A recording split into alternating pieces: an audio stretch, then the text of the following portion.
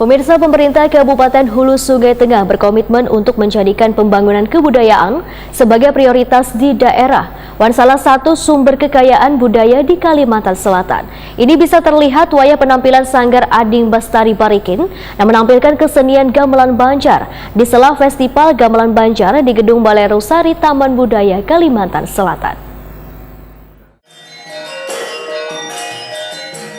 Pemerintah Kabupaten Hulu Sungai Tengah berkomitmen untuk menjadikan pembangunan kebudayaan sebagai prioritas di daerah salah satu sumber kekayaan budaya di Kalimantan Selatan.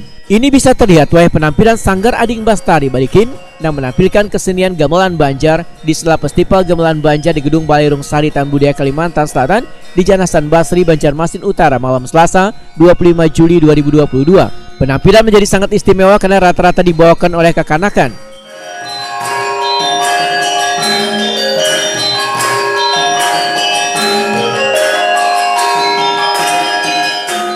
Kepala Dinas Pendidikan Hulu Sungai Tengah Muhammad Anhar Wetakuni Prima TV medahkan penampilan dari Sanggar Ading Bastari Barikin ini merupakan bukti dari dukungan pemerintah Kabupaten Hulu Sungai Tengah dalam melestarikan kesenian tradisi dari segi regenerasi. Menurut Muhammad Anhar, pemerintah Kabupaten Hulu Sungai Tengah berkomitmen dalam visi misinya untuk menjadikan pembangunan kebudayaan untuk dijadikan salah satu skala prioritas.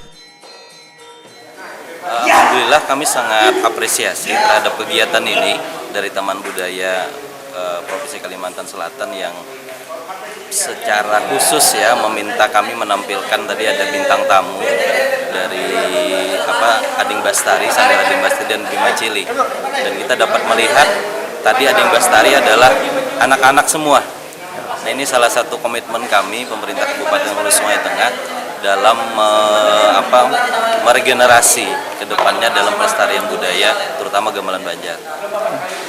Pak, tadi kan dikatakan bahwa sampean itu kan mendapatkan penghargaan. Oh, penghargaan. Gitu, gimana Pak? Ya, kami berterima kasih kepada Taman Budaya atas penghargaan yang diberikan, dan ini memang menjadi visi misi ya Pak Bupati Aulia dan Pak Wakil Bupati Pamansa Sabri. Beliau berkomitmen pembangunan kebudayaan ini menjadi prioritas karena Hulu Sungai Tengah diketahui adalah salah satu sumber kekayaan budaya Kalimantan Selatan yang harus dibanggakan oleh kami sendiri orang Banua Murakata.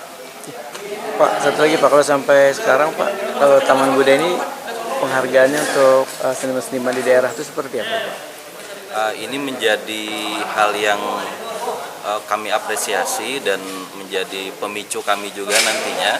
Bahkan kami di Januari kemarin juga sudah melakukan penghargaan yang serupa kepada para seniman dan dalang ini melalui Sarasehan Wayang Nasional.